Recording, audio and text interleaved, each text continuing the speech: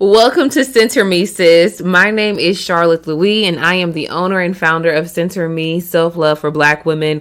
We are here to give you tips, tools, and education on how to establish and maintain your self love journey. These are your self love essentials. And today we're going to be starting a new series. It is our Breaking Toxic Cycle series. And the first toxic cycle that we are going to break today is people pleasing. So if you are a people pleaser and you are wanting to start your journey into people pleasing recovery, then you want to tune in. All right, so in short, a people pleaser is someone who is going to go to the extremes in order to show up for everyone else but themselves.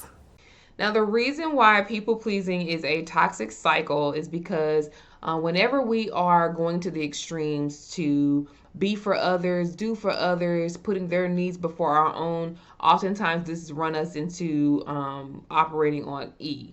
And so when we are at capacity, we don't really have anything left for ourselves, but we're still taking on responsibilities, still taking on tasks, still making commitments, still giving out those very expensive yeses in order to be for others what we perceive them to want us to be.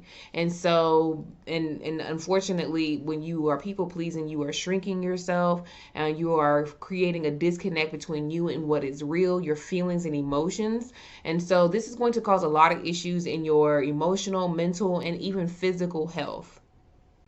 All right, so I know you're probably wondering, Charlotte, look, I was not born like this.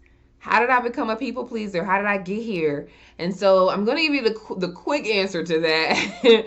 And that is people pleasing tendencies are often rooted in fear. So it could be a fear of abandonment, fear of rejection, imposter syndrome, low self-esteem, insecurities, trauma, abuse, neglect as a child. The list goes on. But just know that all of these are rooted in fear. So what we have to do is identify what is so crucial that you will be willing to show up and put others' needs before your own. All right, now before we get into how to stop being a people pleaser, I want you to stop. Click the link below to join our community at centerme.com. You are going to get a free private coaching session with me as your welcoming onboarding call in our community. We are building a space for Black women to establish and maintain their self-love journey. So we're going to provide you with all of the tools, tips, and education that you need to build your self-esteem, break these toxic cycles, and really get a handle on improving your emotional wellness, sis. Make sure that you click the link to join our community today. All right, so how to stop people pleasing and prioritize yourself. The first thing you want to do is learn how to say no. These boundaries, putting these boundaries in place are going to help you so tremendously in your self-love journey, because if you are a people pleaser, you know that when you say yes, when you don't have a yes, you are suppressing what you really feel inside, and that is going to disconnect you from your authenticity. So make sure that you are learning how to say no, because guess what? The more you say it, the deeper the appreciation you have for it, and the more understanding you have of its value, because our yeses are expensive and our nos are necessary. So the next step in stopping the people pleasing is facing your fears. Facing your fears. I'm telling you, fear is false evidence appearing real. I don't know who made that. I saw it a few years ago and it stuck, but it is false evidence appearing real. It is not real. When you decide that you are going to put yourself first, I can guarantee you that there's only going to be goodness that comes from that. Again, we make decisions that reflect the amount of love that we have for ourselves. And so when we are making the decision, the commitment to stop people pleasing in order to put ourselves first, in order to know what it feels like to have boundaries, and know what it feels like to value what's inside, value these emotions, value these feelings instead of suppressing them in order to show up for other people. You get on the other side of that fear and you realize that there was nothing there stopping you to begin with. Face your fear.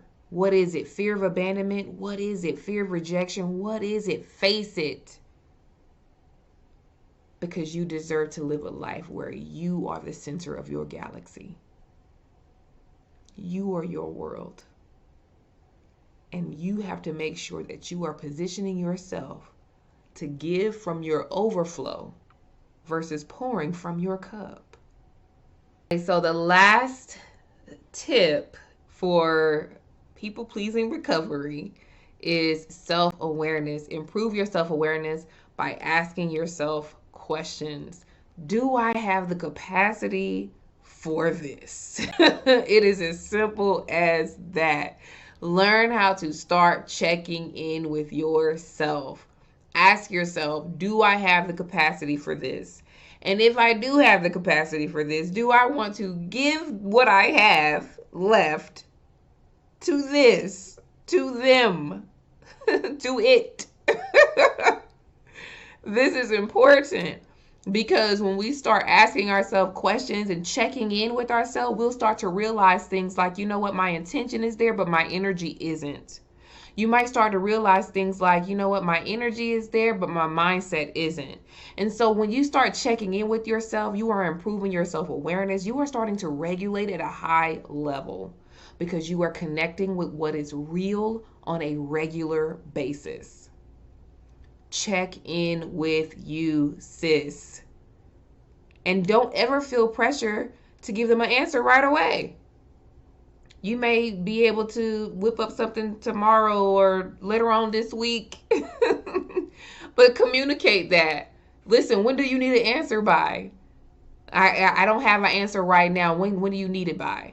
I could probably, get you later on this week. But I got to check in with me.